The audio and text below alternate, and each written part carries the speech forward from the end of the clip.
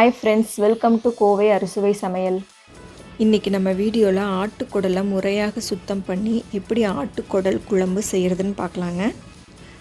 இந்த ஆட்டுக்குடல் குழம்புக்கு இன்னொரு பேர் பார்த்திங்கன்னா போட்டி அப்படின்னு சொல்லுவாங்க. வாங்க ஃப்ரெண்ட்ஸ், இந்த அருமையான போட்டி எப்படி செய்கிறதுன்னு பார்க்கலாம். குடல் குழம்பு செய்ய முதல்ல மசாலா ரெடி பண்ணிக்கலாங்க. 150 கிராம் சின்ன வெங்காயம், 50 கிராம் இஞ்சி, 50 கிராம் பூண்டு, 3 ஏலக்காய், 3 கிராம்பு, 3 பட்டை எடுத்து வச்சுருக்கேங்க. இந்த பட்டை, கிராம்பு, ஏலக்காய் இப்போ மிக்ஸி ஜாரில் போட்டுக்கலாம். இது கூட இந்த பூண்டையும் இஞ்சியும் ஆட் பண்ணிக்கலாங்க. இப்போ இது எல்லாத்தையும் மிக்ஸி ஜாரில் நல்லா பேஸ்ட் பண்ணி எடுத்துக்கலாங்க. பாருங்கள், நல்லா நைஸாக அரைச்சி எடுத்தாச்சு. இந்த சின்ன வெங்காயத்தெல்லாம் மிக்ஸி ஜாரில் போட்டு நல்லா பேஸ்ட் பண்ணி எடுத்துக்கலாங்க. பாருங்கள், சின்ன வெங்காயத்தை நல்லா அரைச்சாச்சு. தேங்காய் அரை மூடி எடுத்து அரைஞ்சி வச்சுருக்குறேங்க. இதையும் நம்ம மிக்ஸி ஜாரில் போட்டு நல்லா பேஸ்ட் பண்ணி எடுத்துக்கலாம். தேங்காய் நல்லா நைஸாக அரைச்சி எடுத்தாச்சு. பாருங்கள், நம்ம வாங்கி வச்சுருக்கிற ஆட்டுக்குடலை இந்த மாதிரி கொதிக்கிற சுடுதண்ணியில் ஊற்றி நல்லா கரண்டி வச்சு நல்லா கலந்து விடுங்க. சுடுதண்ணிக்குள்ளே கையை விட்டு நம்ம அலாச முடியாதனால தாங்க கரண்டி வச்சு நல்லா அலாசிட்டு இந்த சுடுதண்ணியை நல்லா வடித்து எடுத்துடணும். சுடுதண்ணியில் இருக்கும்போது இந்த மாதிரி தோல் உள்ள குடலை எடுத்து இந்த மாதிரி நம்ம மேலே இருக்கிறதெல்லாம் நல்லா சுரண்டி எடுத்துடணுங்க. இந்த தோல் சூடாக இருக்கும்போதே மேலே இருக்கிறதெல்லாம் சுரண்டிங்கன்னா அப்படியே வந்துடுங்க. அப்படி இல்லைன்னா கையில் சுரண்ட முடியலன்னா நீங்கள் கரண்டியோ இல்லை கத்தியோ வச்சு நல்லா சுரண்டி எடுத்துடலாம். இந்த மாதிரி சுத்தமாக இந்த மாதிரி இருக்கிற தோலெல்லாம் நல்லா க்ளீன் பண்ணி எடுத்துருங்க.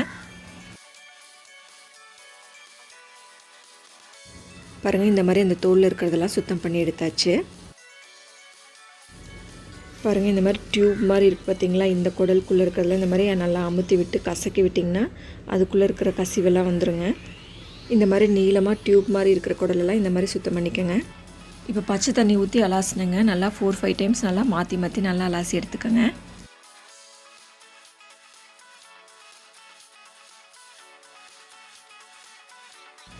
பாருங்கள், கொதிக்கிற சுடுதண்ணியில் கழுவினதுக்கப்புறமா ஒரு 6 டைம்ஸ் பச்சை தண்ணியில் நல்லா சுத்தமாக இந்த குடலெல்லாம் கழுவி எடுத்தாச்சுங்க. பெருசாக இருக்கிற குடலெல்லாம் நல்லா அரிஞ்சு எடுத்து வச்சாச்சு. இப்போ எப்படி நம்ம குடல் குழம்பு செய்கிறதுன்னு பார்க்கலாம். அடுப்பில் ஒரு சட்டி வச்சுட்டு சட்டி ஹீட் ஆனோனையும் ஒரு 4 டேபிள் ஸ்பூன் கல்லெண்ணெய் ஊற்றிக்கலாங்க. எண்ணெய் நல்லா காயிட்டுங்க. எண்ணெய் நல்லா காஞ்சிச்சு. இப்போ நம்ம சுத்தம் பண்ணி எடுத்து வச்சுருந்த குடலெல்லாம் இதில் ஆட் பண்ணிக்கலாங்க. குடலெல்லாம் ஆட் பண்ணதுக்கப்புறமா கரண்டி வச்சு நல்லா வணக்கி விடுங்க. இப்போ இதில் தேவையான அளவு உப்பு ஆட் பண்ணிக்கோங்க. உப்பு ஆட் பண்ணதுக்கப்புறமா 1 டீஸ்பூன் மஞ்சள்தூள் ஆட் பண்ணிக்கோங்க. இப்போ கரண்டி வச்சு நல்லா இந்த எண்ணெயில் நல்லா வணக்கி விடுங்க. இது ஒரு 5 மினிட்ஸ் நல்லா வதக்கிக்கோங்க.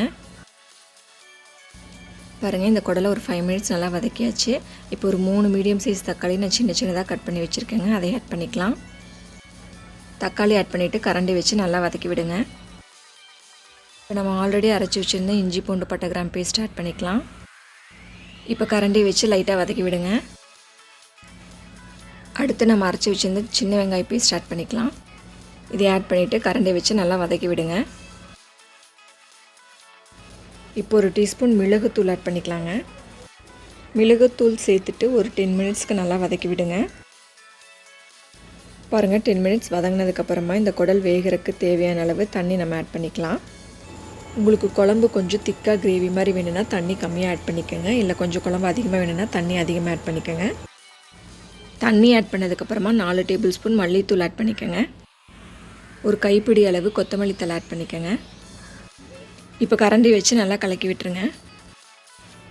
இப்போ ஒரு 2 டேபிள் ஸ்பூன் மிளகாய் தூள் ஆட் பண்ணிக்கோங்க. இப்போ நம்ம அரைச்சி எடுத்து வச்சுருக்கிற தேங்காய் பேஸ்ட்டையும் ஆட் பண்ணிக்கலாம். தேங்காய் பேஸ்ட் ஆட் பண்ணிவிட்டு கரண்டி வச்சு நல்லா கலக்கி விட்டுருங்க. உப்பு காரம்லாம் கரெக்டாக இருக்கா இல்லையான்னு செக் பண்ணிக்கோங்க. பத்தலைன்னா ஆட் பண்ணிக்கோங்க. இது ஒரு தட்டு போட்டு மூடி வச்சுருங்க. இது ஒரு 45 to 50 மினிட்ஸ் நல்லா குழம்பு கொதித்து குடல் வேகணுங்க. அதுக்கப்புறமா பார்க்கலாம். பாருங்கள், 50 மினிட்ஸ் கழித்து தட்டை ரிமூவ் பண்ணி பார்க்குறேன். குழம்பு நல்லா கொதிச்சிருச்சு. குடல் குழம்பு ரெடி ஆயிடுச்சுங்க. பாருங்கள், குடல் நல்லா வெந்துருச்சு. அருமையான போட்டி குழம்பு ரெடி ஆயிடுச்சுங்க. இனி நம்ம சர்விங் பவுலுக்கு ட்ரான்ஸ்ஃபர் பண்ணிடலாம். அவ்வளோதாங்க, அருமையான ஆட்டுக்குடல் குழம்பு ரெடி ஆயிடுச்சுங்க. இது வயிற்றுப்புண்ணுக்கெலாம் ரொம்ப நல்லதுங்க. இந்த ஆட்டுக்குடலில் சத்து அதிகங்க. இது வாரம் ஒரு முறையாவது இந்த ஆட்டுக்குடல் குழம்பு செஞ்சு சாப்பிட்டிங்கன்னா உடம்புக்கு ரொம்ப ஸ்ட்ரென்த்தாக இருக்குங்க. இந்த ரெசிபியை நீங்களும் வீட்டில் ட்ரை பண்ணி பாருங்கள், ரொம்ப நல்லாயிருக்கும். உங்களுக்கு ஏதாச்சும் ஃபீட்பேக்ஸ் இருந்துச்சுன்னா கமெண்ட் செக்ஷனில் சொல்லுங்கள். இந்த வீடியோ பிடிச்சிருந்தால் லைக் பண்ணுங்கள், உங்கள் ஃப்ரெண்ட்ஸுக்கு ஷேர் பண்ணுங்கள், மறக்காமல் சப்ஸ்கிரைப் பண்ணுங்கள். கீழே இருக்கிற பெல் ஐக்கானை கிளிக் பண்ணிட்டீங்கன்னா நான் போடுற வீடியோஸோட நோட்டிஃபிகேஷன் உடனுக்குடனே உங்கள் மொபைலுக்கு ரிசீவ் ஆயிடும். சமைப்போம், சுவைப்போம், உணவையே மருந்தாக்கி ஆரோக்கியத்துடன் வாழ முயற்சிப்போம். தேங்க்ஸ் ஃபார் வாட்சிங் திஸ் வீடியோ. Thank you friends.